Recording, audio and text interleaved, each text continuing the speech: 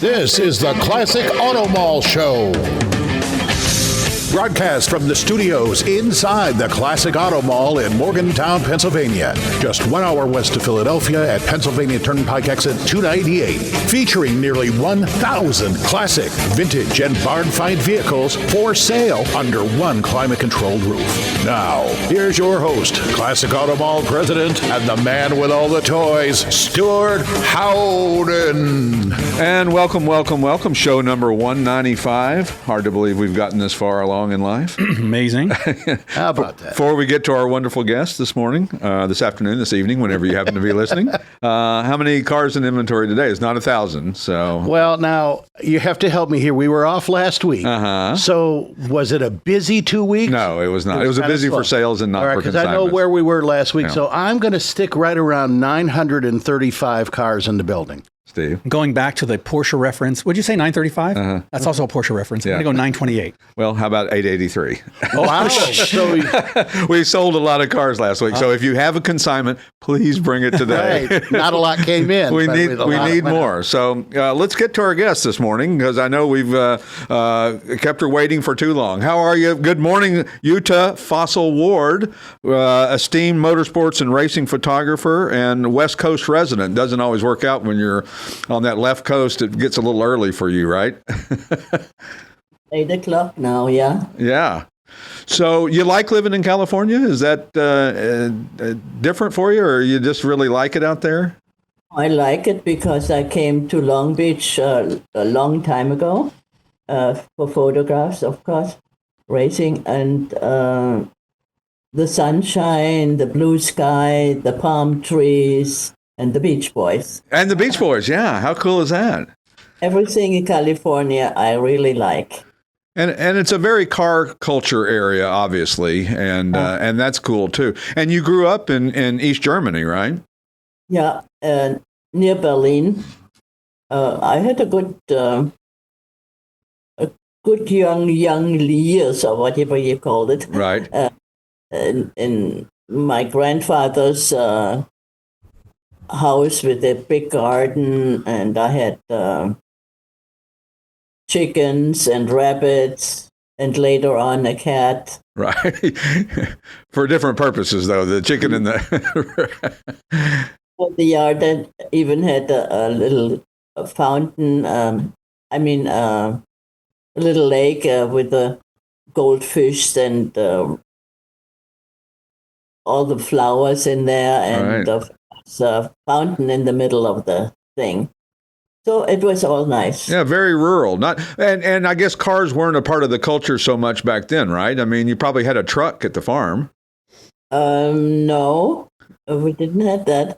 We had a regular car. Right. I can't remember which one, but everything was good and no complaints. Yeah, and of course you were, in Europe. There was a lot more going on. It seemed like racing wise back in the that era than there was going on in the United States. I mean, your first race was you went to one, and was it Stuttgart or somewhere near there? Yeah, when I was 11, I went with my mother on a truck with wrong passports to the Stuttgart area where my father was from. Right. So, I read that somewhere there were borrowed passports. Yeah, from the family, yeah. But I was 11, and everything was fine, and the truck was going from Stuttgart to Berlin once a week, and my father organized that so we can go. Sure. Nobody will take us. Right. Because the Eastern were very, very bad in that. Sure. Anyway, so we went in the West, and I went to school there, just a normal thing. Sure. And went to your first race, were you hooked from day one? The first time you went to a race, did you know that there was something that you wanted to do or be involved in? No, my father was going to the Avus and take pictures. Right. And I saw his photo albums, so I thought, oh, well, that's nice. And I never played with dolls or anything when I was a kid. I always had my father built me some cars and or whatever, Right. Everything was good. Yeah. So when you started out, I mean, it was just kind of as a hobby taking pictures of cars, right? Wasn't thinking of it as a career. No, but the thing was my uncle from New York with his family came. They're all German, and they came every 3 years to visit Germany. And he took a lot of pictures. And I thought, well, that's nice. He took me to the place, the photo shop, where he had everything developed in the time he was in Germany. And then one day he asked me, what do you want to do when you finish with school? I said, oh, well, I don't know. Something interesting. And he asked the owner of that photo shop if they could have somebody next year for, getting a photographer. Right. And you have to work there in a shop and go to school in Stuttgart once a week and how to learn to get the papers and learn how to be a photographer. Sure. But you obviously had some natural talent for it. I mean, it wasn't, I don't think all of it's teachable, right? Yeah, well, you have to have the eyes for something, to see what you want to do. Sure. So the owner from that photo shop said, yeah, sure, we can use somebody next year. So I had a job. Right. Nice for you. Yeah, that worked out pretty good, and actually ended up doing something that became, a long-time career / hobby / whatever you want to call it. It's interesting when I read about what people say about your pictures, and they say that they can pick them out without knowing that you took them, just because of the way that you compose the picture and the depth and the crispness and the just compelling photograph. That's something that just comes natural, right?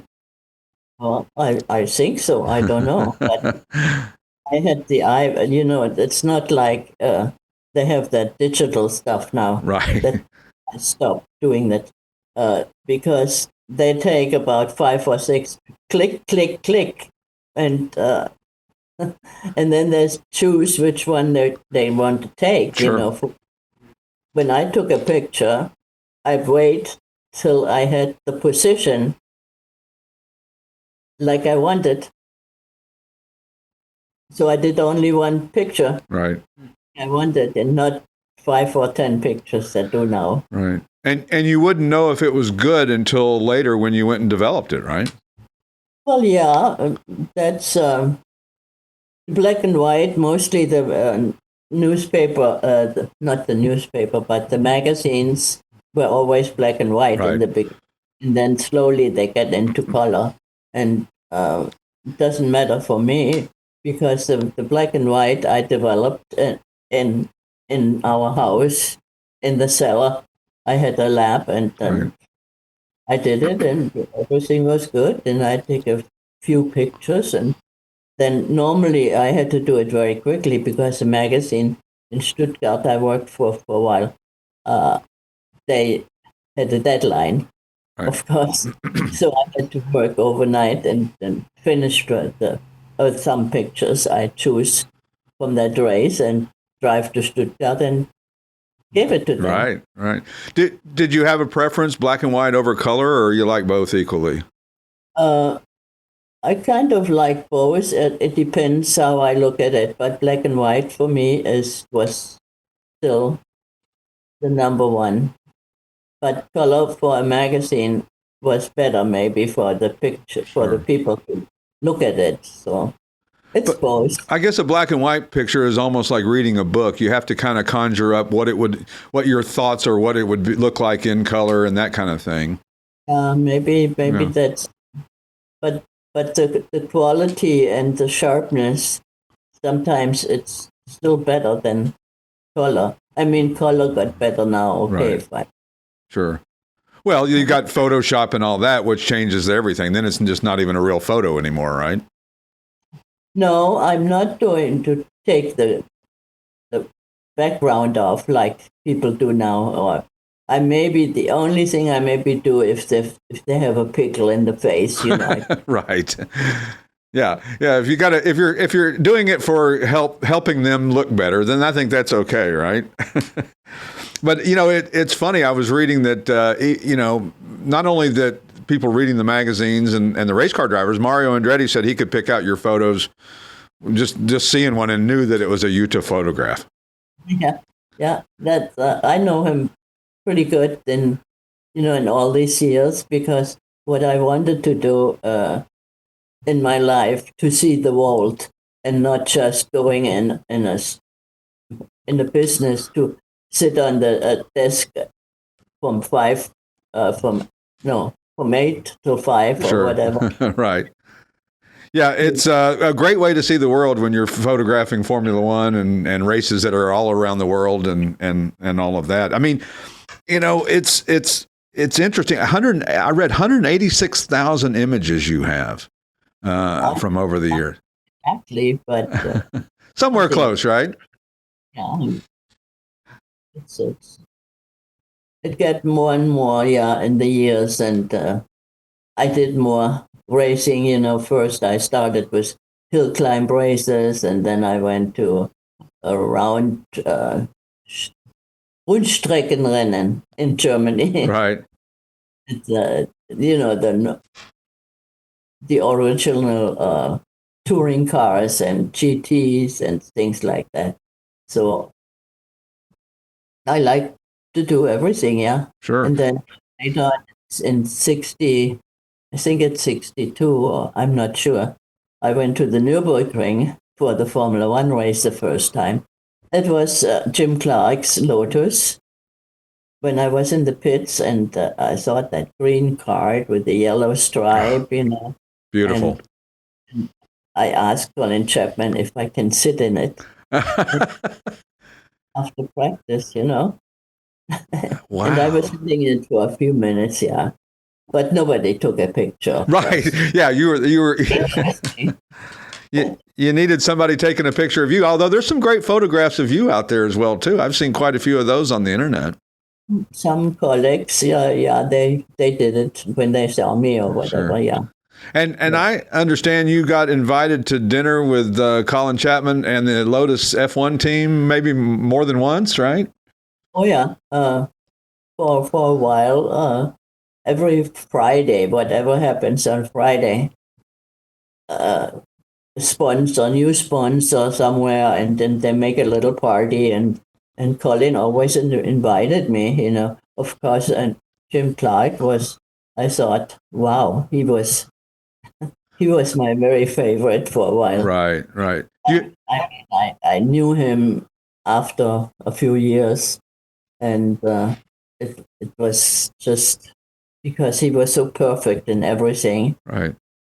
Yeah. And one day he asked me at the Nürburgring, would you come to join me for a Johannisbeersaft?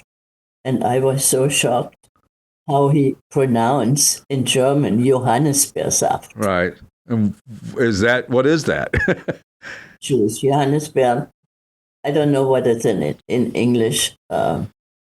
Little red berries. Anyway, it's fruit juice, Right. And it was very famous that time. And of course I had to say yes. Right. In the paddock, it was right there, the Sport Hotel. And so I went with him, but my English was almost nothing, So he called Javi Krombach, which is a journalist from France, and he speaks very good German. And so he has to come over to translate something. Nice. At least you had somebody there, right? Yeah. But I mean, to hang out with those guys, the stories must have been incredible. And of course, those guys were all living legends. They were just amazing drivers and individuals and just incredible stories you would hear from all of them, I imagine. Now, that was very interesting too. And, you see each other later on almost every 2 weeks in a different country with the same people, It was like family sometimes, Right. especially in Formula 2. it was just like my family. Sure. We saw each other almost every 2 weeks. How did you pick a spot to photograph when you were at the Nürburgring? Such a long track. Was there a particular area that you always went to, or did you go to multiple areas? How did you decide that? Well, since we have 3 days, to go to different places, mostly in the beginning, for practice, I was in the pits. Right. And did the portraits and the action which is going on with the cars and everything. That was very nice. And then I went, of course, to the Flugplatz, which is the one which they go a little bit up, the little jump thing. Right. That's why they call it Flugplatz, which is an airport. Yeah. Corner. Or the other one is where they also go up a little bit is Pflanzgarten, Right. which on the other side of the Nürburgring. But sometimes I had a colleague with a motorcycle, so he drove to the same places I want to go. Sure. Plus he was a photographer too. Anyway, so it was very interesting. Sure. And the pits or after the race or so, to see the action part, sometimes at the Nürburgring, of course, it was not so funny. Right. Right. Well, there was a lot of accidents back then, right? Normally, I don't go when the action happens. Right. Because I didn't want to see it. Sure. Yeah, you want to remember the good times, not yeah. And motorsports was very, very dangerous back then. It was, yeah, and we lost quite a few. Sure. And Do you follow racing today? not so much anymore.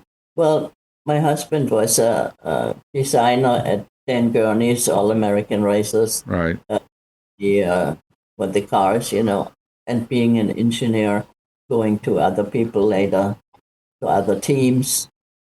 And so I went there in the beginning and took pictures. But then after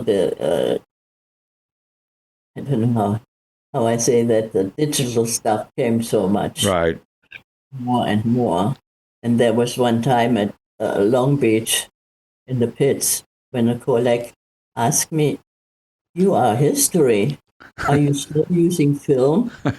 And I said, "Yes, of course. You guys are all in digital. You can carry on now, and I'm going to retire." This is my style. It doesn't want your style. My dad was an architect in the same way about computers. He wanted to hand draw everything, and when that changed, he said, "You guys have it. I'm done." And I get that. True to to the way you learned and what you did, there was an art to it. I'm not sure that you can call it art with a digital camera and Photoshop today. No, that's why they took sometimes 6 or 10 pictures Right. of something around, and then they choose one. They don't know what they think they know what they're doing, but they're wasting stuff.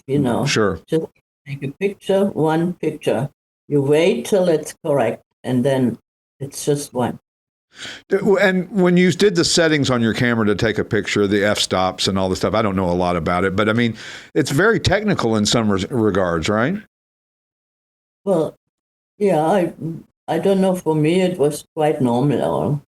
It was nothing too exciting. Right. I mean, it was exciting when something happened, or when somebody did a fast time and they called it, and I thought, well, this is pretty good, Sure. Well, it's like anything. I mean, experimentation obviously it will get you to be better and better at something, or repetition of doing something. But you had to take the picture and then go home and hope that you had a good one in the can. I mean, that would be. I would imagine there's some pictures that you didn't get or you missed that you wish that you had sometime, right?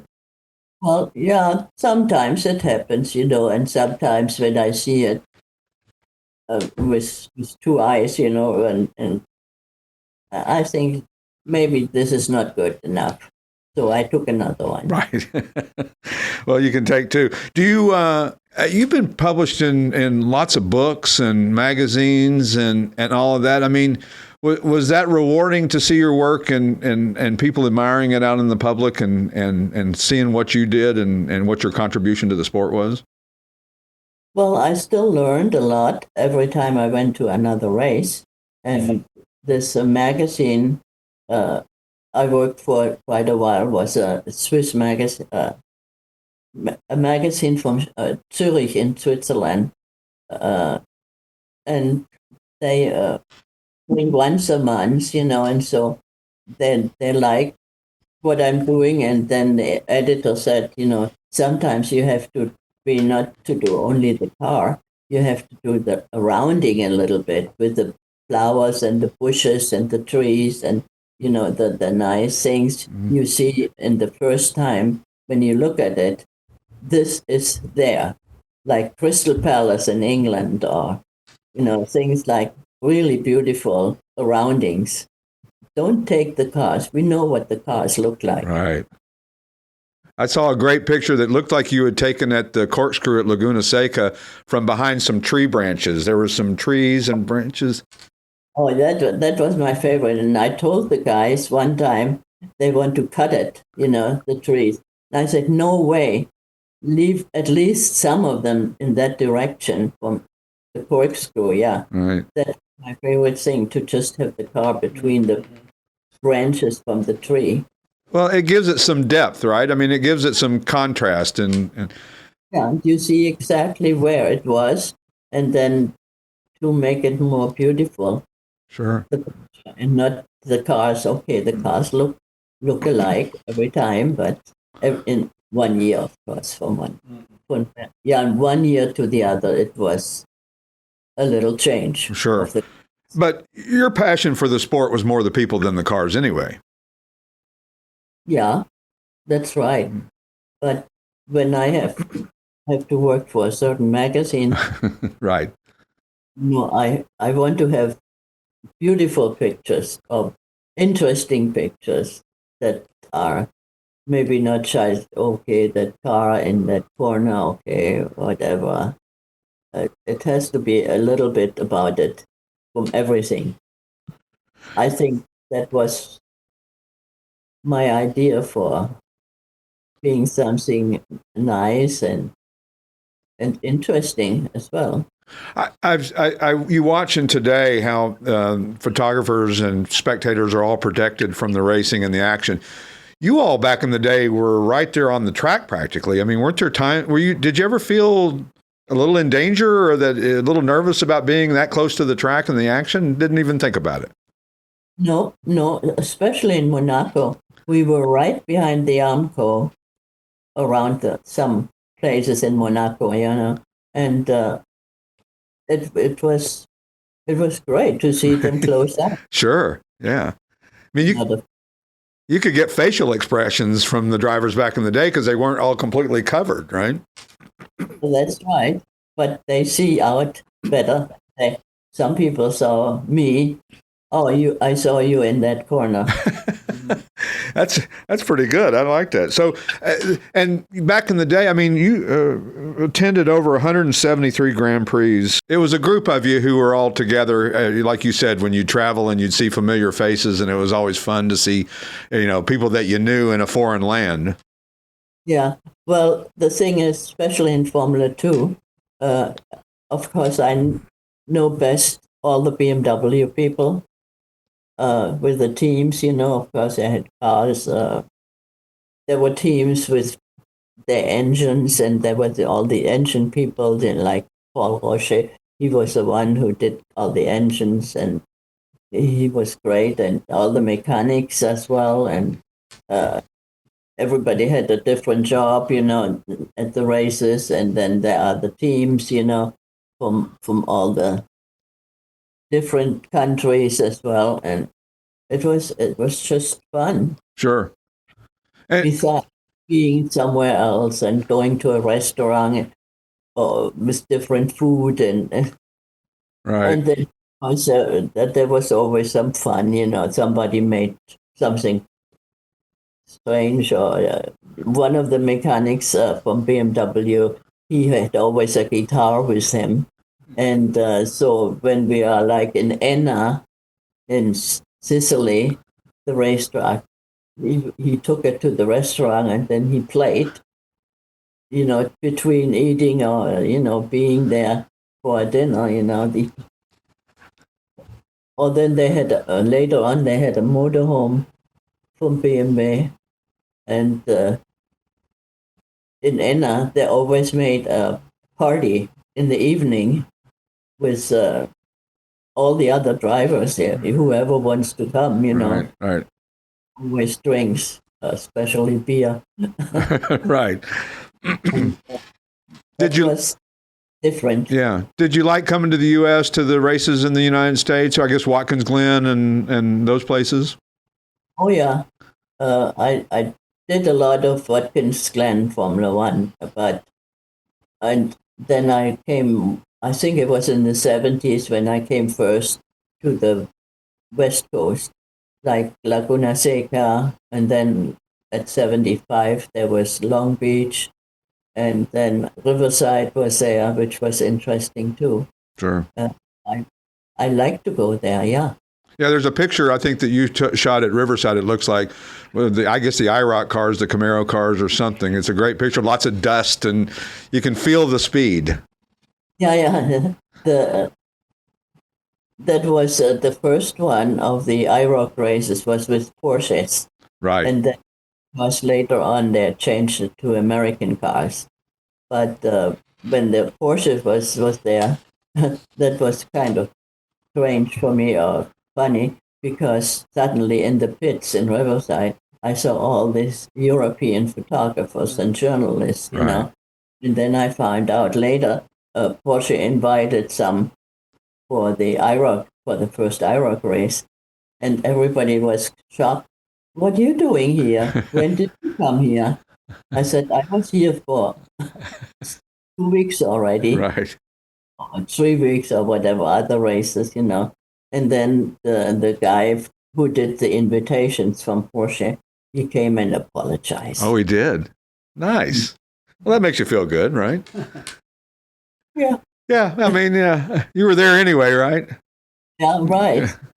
And that was also, with Long Beach, the very first race was the Formula 5000 race. And only because I had to have a race before Formula One.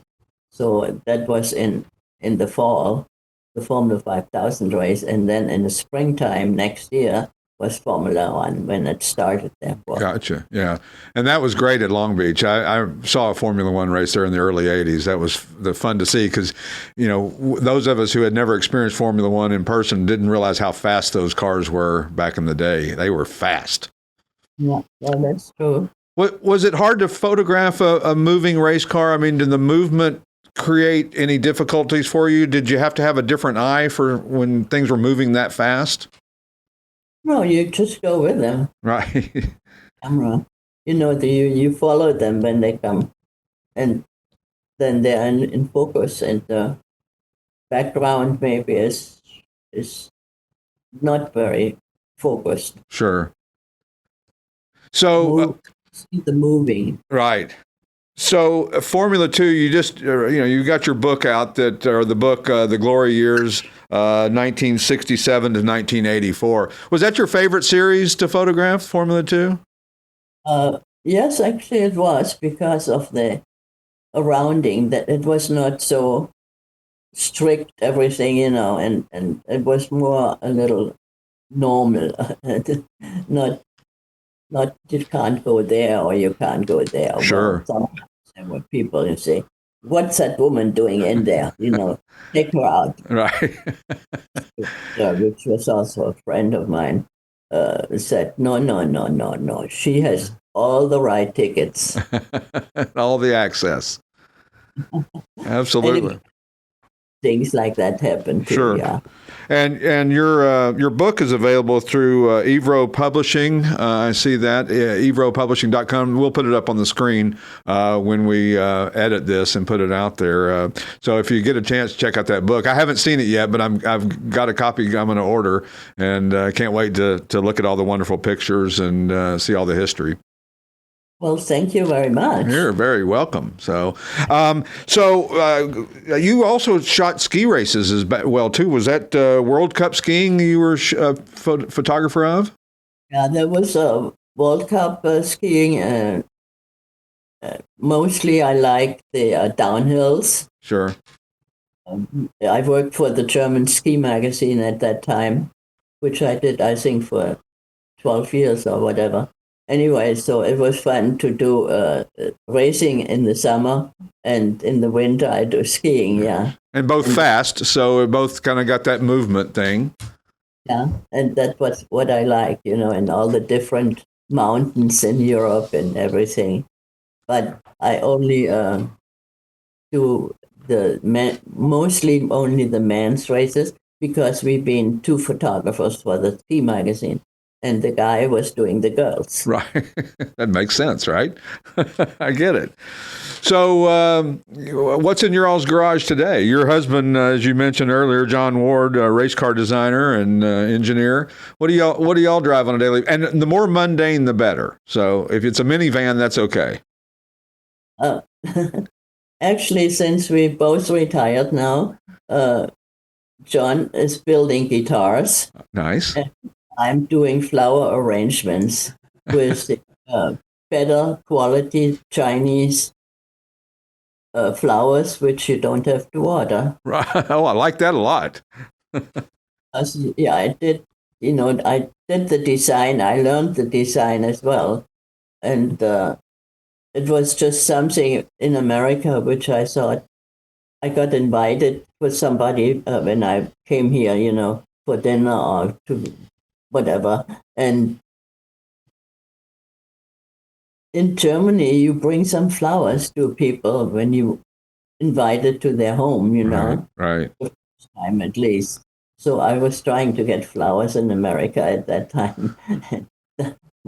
It was incredible bad. Right. Well, it got better now, but it's still not the nice thing like we had in Germany, sure. The arrangements and look a little better than go in a store and there's flowers in plastic things there, and you have to grab it, and they're not whatever. Yeah. It's not very thoughtful when it comes to flowers, and not very romantic if you're giving it to a significant other either, right? I try to do a little bit of that. People don't have time to water the things, right. and anyway, it is okay. So we both have a kind of a hobby. That's good. You gotta keep busy, right? Yeah, absolutely. Yeah. Well, the yard and the garden, I have to do a lot too. Sure. Well, we certainly appreciate you being on the show this morning, and really enjoyed having a conversation. And glad you were, able to join us and tell us about your fantastic career. We really appreciate it, Jutta. Well, thank you very much to you too, and for this nice. Since I never did anything like that. Well, see, look, it wasn't that hard, was it? It was pretty. Oh, see, we got clapping now, so we assume that you did well when you got clapping. Anyway, thanks again, and enjoy the warm weather out in California. It's raining here. Don't feel sorry for us. Today we don't have any sunshine yet, but it'll come later. All right. Thanks again, Jutta. Jutta Fausel-Ward, folks. Thanks again for being on the show. Whether you want to buy or sell a classic, collectible, or special interest vehicle, you need to visit the Classic Auto Mall website for more information. If you're looking to buy, you can easily search our inventory of more than 1,000 vehicles on the web at classicautomall.com. And we're back with the Classic Auto Mall show from the Classic Auto Mall studio in Morgantown, Pennsylvania with wasn't she great, Jutta? Yeah. She is great. She's, such a different perspective of things. And it's her first podcast she ever did. So she did a great great job. Very So, interesting. Yeah, fascinating. I mean, to take all the photographs that she did. And How many again did you? 186,000, and the archive all that, and have the film. Yeah, I was curious are they all archived and are they digitized now? And if so, who's doing it? Yeah, Do you do it? Or? Yeah, I don't know. I don't know, but they were on the track, just like Harry Hurst used to tell us. He was on the track. I mean, literally, and not even thinking about being scared. Just like hey, we're here. Oh, like the flag wavers used to stand out with the checkered The guy flag out there and jumping in the air. Man. If you jump in the air and then the car hits you, you're going to do like a flippity. It won't hurt them. It won't. Oh, you can run over the top like a cartoon. Yeah, exactly. Or jump over the car like those kids on whatever YouTube or whatever do, which is crazy. So, where did we sell cars these past 2 weeks? Where? How about Union Springs, New York? Cardinia, Australia. Valhalla, New York. Swartz Creek, Michigan. Lafayette, Tennessee. Webster, New York. Segundo, California. Lebanon, Pennsylvania. Kutztown, Pennsylvania. Highland, California. Paoli, Pennsylvania. Glenmore, Pennsylvania. Uniontown, Pennsylvania. Elverson, Pennsylvania. Dallas, Texas. Midlothian, Virginia. McAllen, Texas. Melrose Park, Illinois. Collegeville, Pennsylvania. Newville, Pennsylvania. Mahwah, New Jersey. Annandale, New Jersey. Hobart, Indiana. Malley, Kentucky. Mashopin, Pennsylvania. I misspelled that. Havertown, Pennsylvania. Havertown, Pennsylvania again. Gainesville, Georgia. Burnsville, Minnesota. Huntingdon Valley, Pennsylvania. London, England. Franklin, North Carolina. Very nice. Very nice. Can I have a shot now? People say Huntington Valley. You're right. It's Huntingdon. Just like Wimbledon is not Wimbledon. Wimbledon is Wimbledon. So if you want to be classy. I've been to Mahwah, New Jersey. Wow. And if you're going to get something to eat, it's fixing to get something to eat, right? There's a Wawa in Mahwah. Yeah, there's more Wawas. I don't know why I even bring this up or even know it. Wawas in Florida than Pennsylvania now. Oh, is that right? Yeah. They're nice too. Why is that in my head? And to those who don't know what Wawa is, it's a convenience store that originated in Philadelphia. And there's a Buc-ee's coming to somewhere. It's close. What's a Buc-ee? It's a Buc-ee's. Convenience it's a convenience store. Another one? Yeah, and then there's Southern thing. And there's a billboard up somewhere, I think just down the turnpike here. It says Buc-ee's, 587 miles. I'm going to have to stop before this. Like south of the border. That's smart marketing. South of the border on I-95. That's hilarious. That place at North Carolina and South Carolina. Yeah, and there are billboards. Well, there's the billboard in Philadelphia that says, it's like 800 or 1,000 miles. Oh, is it really? But when you get within about 100 miles, there's like a billboard every mile. Yeah, it's crazy. It's absolutely crazy. So 883 cars available, as we talked about earlier. We need to get busy, boys. That's right. Come on. Get busy. Need some nice weather. It is rained. I have never seen so much rain. I think it has a lot to do with it. It absolutely does, because guys are reluctant to get their cars out. Sure. They've got it all cleaned and nice and ready to bring it to Classic Auto Mall, and now it's raining. It's like, people, we've talked about this before. People don't understand. It's not the rain falling down out of the sky, landing on the exterior or the top of your car. It's the stuff that the rain digs up underneath. It's dirt and mud and sand and salt and whatever that's underneath that gets up underneath your car and then gets in a crack and a crevice like a English muffin and gets stuck in there, and then you got rust. Those are nooks and crannies. Nooks and crannies. There you go. Whatever. See, I have good segues. I just have poor memory to remember it all. And a lot of people don't deal with the rain as well as they do in the Pacific Northwest. We get depressed when it's more than a few days in a row. We're like, oh, come on. Yeah, come on. And it has rained a lot. Anyway, enough of that. Yep. New arrivals. How about the 2007 Ford Mustang Shelby GT500 Performance White over charcoal and black? Unbelievable. 1,995 actual miles. Yeah. 2 owners, though. So, two guys who weren't driving it much. Showroom. This thing is like brand new. 5.4-liter double overhead cam supercharged V8. Tremec T56 6-speed manual. Window sticker. And 3 other Performance White, excuse me. My faux pas. 2007, a 2009, 2010. All in Performance White. So if you want a Performance White Mustang Shelby, you better come here now, because we got 4 of them. It's true. And that's 4 too many. And they're all nice. You don't always get a choice of those. No, you don't. And this is, if you want the low mileage one, you're going to pay a little more. If you want the one that's more driver quality, it's you got choices. You got options here, folks. So enjoy those options. Also, new arrival, the 2002 Pontiac Firebird Trans Am convertible. Put that anywhere. Maple red metallic over white and ebony.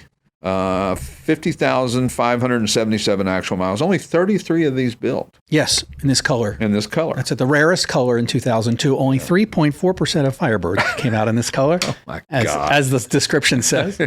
Which is whoever wrote that really does their homework. I did. It's interesting. It was very interesting. Yeah, I mean, that's pretty crazy. Rare. So maple red metallic. It's kind of a dark, almost a burgundy. It is. Purplish. Yep. And then we've got a good project vehicle here. The 1973 Toyota Land Cruiser, Pueblo brown and Cygnus white over black and gray. It's a diamond in the rough. It is. 3.9 liter inline six, 3-speed manual. It's complete, but it needs a restoration if you want to. Or you just go out and beat the crap out of it out in the not worry about and the wild blue yonder. So, also new arrival, the 1969 Chevrolet Camaro Z28 Le Mans blue over ivory, 67,000 actual miles. It's got the correct 302 cubic inch V8. The numbers matching Muncie M21 manual. One repaint, but it's the original metal. Yep. No, perfect. How do you like that original sheet metal? That's great. Yeah, they're great. And then, of course, the 2010 Dodge Challenger SRT 8. Furious fuchsia pearl coat. We have a gentleman that works here with us. It's his color of choice. Same color, yeah. Over pearl and dark slate. 19,513 actual miles. Garage kept. Car number 343 of 400 built. 425 horsepower. Isn't it funny how 425 horsepower doesn't seem like a lot anymore? Small, it's like, but it's huge. Yeah. I mean, think the top of the line of the Corvette in 1967, not the aluminum block one, but the top of the production line for every guy that could afford it was a 427 with a 435 horsepower. And that thing was a beast. Yeah. And now 425 horsepower, you think, yeah, and you were like had a 350 with 350 horse. Yeah. Wow, one per cube. Yeah, exactly. And now it's like, that's okay. So, and last but not least, actually, this does fit the bill of what we discussed. It actually does. The 2014 Ford Mustang Shelby GT500 Super Snake convertible. Black over black and red, 7,253 actual miles. Everything we had today was actual miles. 720 horsepower, supercharged, 5.8 liter double overhead cam V8. Pinnacle of Mustang performance. 6-speed manual Tremec, 44 of 500 built. Catskins leather seating, whatever that is. Special. It's a special one. Yep. That's some cool cars there. Very cool car. And you don't see too many for sale. Super Snakes are the pretty wheels wild. on that car. I think they're Alcoa aluminum wheels, and they are very, very, very, very cool wheels on the car. So, did you catch all the racing over the weekend? Oh yes, yeah. I caught it secondhand through you guys talking about it earlier. So we had Monte Carlo, we had the Indy 500, and the Charlotte the Coca-Cola 600. What's the 600? The Coca-Cola 600 was on Amazon Prime. I could not find it. I have Amazon Prime. Me too. And so that's cool. But I didn't go checking every streaming service there. But how does it make financial sense for NASCAR to put a race solely on a pay-per-view type channel thing? I mean, it seems like it doesn't. I don't know. It just doesn't seem logical. It seems like too soon. You want to make it for everybody. Well, that's the way it used to be. Mass appeal. It used to be on ABC or NBC or CBS, and you don't even have to have cable if you put the rabbit ears up. Well, in fact, they were making a big deal about the Indy being on Fox. Right. And Fox is really making this a center point of their sport, at least motorsports. Right. Here. Yeah, they just, I guess this was the first one that they did, and they did a good job. It seemed like they had Jamie Little, the female reporter, in the pits, and she's good and knows what she's talking about. Maybe I'm going to get slammed for this, but the British guy doing the All-American race, I can't. I want Paul Page, Bob Varsha, please bring back somebody. Will Buxton, he's great now. He does the F1 Drive to Survive. He's the voice of that. And Hinchcliffe's Canadian. Yeah, but they're really interesting guys. And then who was the other one? Starts with a T. I don't know. Yeah. Podcast at classicautomall.com. Yeah. Yes, help us. Help us with anything that you can help us with. We need a lot of help today. So, it's one of those things that modern, they want to broaden the scope of IndyCar, and they want to make sure that the people in Europe are paying attention and all that. So, I get it. I understand it. Doesn't mean we all have to agree with everything about everything. What was the pace car this year? The pace car was a Corvette driven by, I think it was a Z06, but driven by Michael Strahan. Okay. And he said it was a little nerve-wracking, but he didn't say it that way because Michael Strahan doesn't talk that way. He said it was nerve-wracking. Yeah. And do you know who was in the two-seat car? I do. That would be Tom Brady. TB12. And who was driving the two-seat car? No. Jimmy Johnson. Jimmy Johnson, very cool. NASCAR guy. Yeah. Which I don't understand, but he did race at Indy one time. That's awesome. And they tried. Kyle Larson tried to do the double to do the Indy 500, and he crashed out at the Indy, and I don't know what happened in Charlotte. And Charlotte, last to first. Ricky Bobby, last to first. I don't even remember who it was now, but he was started in last place and finished first. Nice. Who was the only one to do the both races and complete them both? Tony Stewart. Yep. Listen to me. I'm like a savant going on here, right? Brain full of useless information. So when we return, we'll continue our conversation. Well, we won't continue. We'll have our conversation with Keith Martin. Keith is back from Sports Car Market Magazine. And don't forget to check out the commercial that runs after his segment that tells you about a special offer with Sports Car Market Magazine. We'll catch you in a few minutes. Whether you want to buy or sell a classic, collectible, or special interest vehicle, you need to visit the Classic Auto Mall website for more information. If you're looking to buy, you can easily search our inventory of more than 1,000 vehicles on the web at classicautomall.com. And we're back with the Classic Auto Mall show from the Classic Auto Mall studio. Joining us for our weekly segment, Keith Martin, publisher of Sports Car Market Magazine. Good morning, afternoon, evening, Keith. Good afternoon or good morning to you as well, Stewart. How's everything in your world? It looks like it's sunny there, and it's raining here. So it's sunny and it's hot here. We're getting Oregon summer now. Really, I like that. What is it? What Oregon summer is like mid 60s or 70s and 80s, and it lasts a day or two. So you get all your whatever you're going to do when it's bright and sunshiny out done in a couple of days. You get all your convertibles with the tops down, and then in 1 week you drive them all and then put them back away. I like that. My wife drove her convertible Aston Martin yesterday, and she said, "Oh, I love this car. I miss it so much. Except trying to go to Walmart in a convertible two-seater car doesn't work very well." No, I don't think. It's not just. Stewart, I want to tell you, this podcast is very important to me, and I wanted to be pumped and ready to deliver top flight material to you. Yes. So what I did for you this morning. Now I'm on a diet because we're all on a diet, right? Sure. Everyone's on a diet. Absolutely. And I looked at my diet and I went down to the coffee shop and I said, give me the full fat latte and the scone with the icing and the Miriam berries because I need that sugar energy to deliver for Stewart. I am here with my sugar. If I tested my sugar, it'd be like the island of Hawaii. Man, I can feel the energy. It's coming right through the screen and hit me in the face. I'm loving it, Keith. And I won't be able to eat again for 3 weeks. Isn't that the truth? Is that our indulgences have to be kind of spread out over a period of time, right? It's true. Yeah, well, and enjoy that because you know what? By golly, nobody's stopping us. We're adults and nobody says we can't do it anymore. And good Lord, that's a large cup of coffee. And that's the baby size. I don't even know what to order. I'm not sure what I'm getting. Is it Vente Latte? I don't know. Anyway. I know. So your blog this week that we're bringing to life is, do you put your charger on a timer? And when you say charger, you don't mean a Dodge Charger. You mean your battery charger. Right. And I am surprised at this. They say that you had a trickle charger on your Lotus Elise and it ruined the battery. What? Wait a minute. A trickle charger is supposed to be left on forever, right? Or in theory. I thought so too. The shop that I was dealing with said that my trickle charger that I supplied them was a cheap one and defective. But I've never heard that before. I've had trickle chargers on my cars all my life, and I thought they shut off by themselves when they got to a full charge.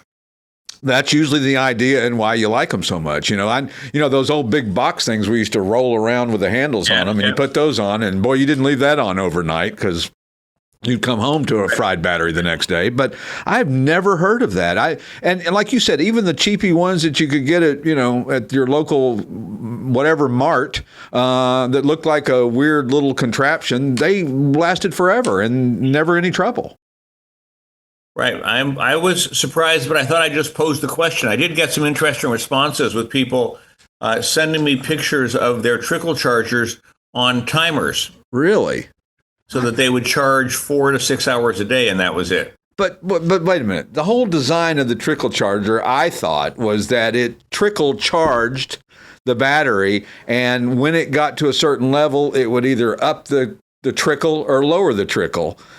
Yeah, or shut it off. Yeah, or shut it off. I think we've untrickled this thing somehow. I'm the Lotus is a complicated car in terms of electricity. Right. The downfall of those cars will not be the mechanicals because they're Toyota. The downfall will be the electronics. Right. They did an upgrade to the software in the car, which caused the car to eat its own VIN and forget what car it was. I've never seen a car eat its own VIN. Well, so we went to go through DEQ for emissions testing, and the VIN came back all zeros. Well, that's the rarest Lotus Elise on the planet, right? Exactly. So we're in Portland. We had to drive 180 miles to Seattle to the nearest dealer to get the car reprogrammed. Wow. Never heard of that. So it ate its VIN. It's like eating. Just who knows, but that's going to be that's my favorite sports car in the world. Right. Lotus. Right. And I can't drive one now because of my strokes. But the downfall of that car will be its electronics over time. And don't you think the collectability of a lot of cars will be their downfall will be the electronics and all of that will be too pricey to fix or just so antiquated nobody even wants to bother? I agree with that. I do believe people will be making software workarounds as our technology improves. They will be able to find, maybe duplicate the chips that are needed and things like that. Sure. But I know I've heard stories about Ferraris with their retractable roofs and the parts aren't available and they're $50,000. And and maybe 3D printing will help. I don't know. I talk about 3D printing, but I actually have no earthly idea what I'm even talking about. I don't even know what it means. Does it mean that if you want this remote control rebuilt, you just you just program it in the computer and it makes it? I don't get that.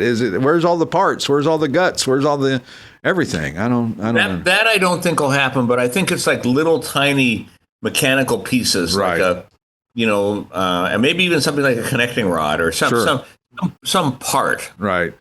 Yeah, it'll be interesting to see how that goes and what becomes collectible. And as we know, predicting collectability is very difficult. I remember when the Ford GT came back out there for a while, it was priced at $160,000, I think. And at one point in time, you could buy them for $90,000. And we thought those were instant collectibles. Well, we were wrong about those. And then boom, they came back with a vengeance and now they're $500,000.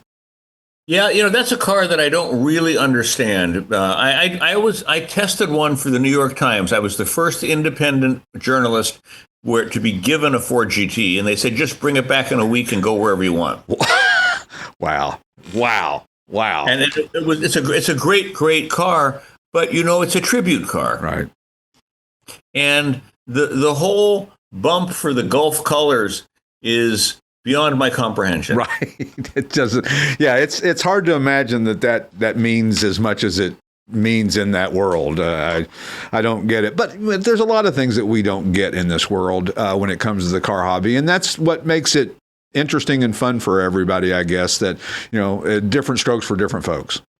Oh, I agree, and I never dispute what somebody wants to pay for a car. Right. Yeah, because when people say they look at something that was online, they say, "Oh, well, that car, they paid way too much for that." Well, no, that's not true. That car was worth that much that day to that guy. Sure. When people say, "Oh, every so-and-so's prices or Classic Auto Mall's prices they're all overpriced or no, that's not true.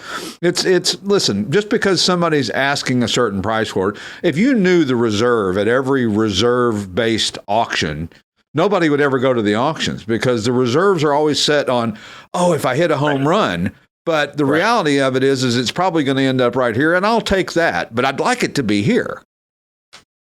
When we were doing What's My Car Worth with Auctions America, which was a shoot off of RM, we would talk to the owners and talk to the auctioneers and kind of get a sense of where they thought the car would be, and the auctioneers were almost always within 5%. Right. Yeah. They see so many cars, and unless you get two crazies who are after the car, all all these cars fall within a certain range. Yeah.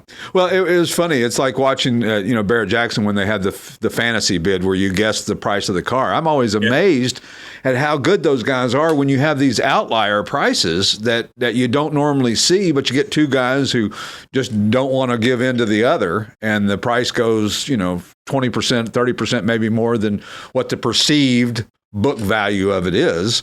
Right. Then how do you predict that? I never understood that. You would like to be the guy. I would love to write about one of my own cars and say extremely well sold. Yeah, I don't want the one that says well bought and I'm selling. I end up being like right in the middle. Yeah, it's funny what we look for when we sell a car to a guy and he lives far away and doesn't come here and look at it is the car was a little nicer than you described. Not a lot nicer because then we left money on the table, and if it's not as nice as we described, then we lied to him. So we like that just a little bit nicer. I think that's really important. Yeah. I think when I used to sell a lot of cars overseas back in the era, the compliment was the car was better than I expected. Yeah, I mean, you can't ask for much more than that. That's about as good as it gets in the car sales world. Well, what's interesting about the online auction stuff is I think about how we would go to a land auction and we'd spend 5 minutes walking around a car and kind of looking underneath it and look under the hood and stuff. We didn't have 300 photographs to look at. Of underneath and everything, right? Yeah, and 200 people who are pouncing on every imperfection and every misspoken word. And, the trolls, I find them I don't find them to be a pain in the ass. I find them to be entertaining. I'm right with you. I'm 100%. I love it. I love to read the guys who will just, come in hard. That's right. Yeah, there's some guy online who's a 914 specialist, and whenever there's a 914 online, like he comes in with like 800 words. Yeah, it's like about the car. He just dismantles the car. Yeah, you have to take a break in the reading. You got to I'll come back to that. Exactly. Chapter 2, please. Exactly. So anyway, well, glad we solved the trickle charger, although we didn't, but hopefully you'll get some good feedback from some of your listeners and some of our listeners and watchers as well too. And we'll look forward to talking next week about whatever our talking about next week brings us, right? That's exactly right. Great being here, Stewart. Love to have you, Keith. We'll be back next week with the Classic Auto Mall Show. We'll see you then. Here's a special offer from Sports Car Market Magazine. Get a 6-month subscription for just $19.95 by going to sportscarmarket.com/test drive and the number 6. That's sportscarmarket.com/test drive 6. If you're a buyer, a seller, or just general classic car enthusiast, publisher Keith Martin says, we've been around almost 40 years. It's the Wall Street Journal of the collector car world. Activate your 6-month trial of Sports Car Market Magazine by going to sportscarmarket.com/test drive 6. Offers for a limited time. Be in the know with Sports Car Market. The Classic Auto Mall Show with their host, Stewart Howden, executive producer, Steve Sethier, produced and engineered by yours truly, J.R. Russ, video editor, Randy Lammy. Available on ClassicAutomall.com, YouTube, or wherever you get your podcasts. Music courtesy of the Pat Travers Band. For tour dates, contact, and stuff, visit PatTravers.com. Produced by Car Smarts Media. Copyright all rights reserved.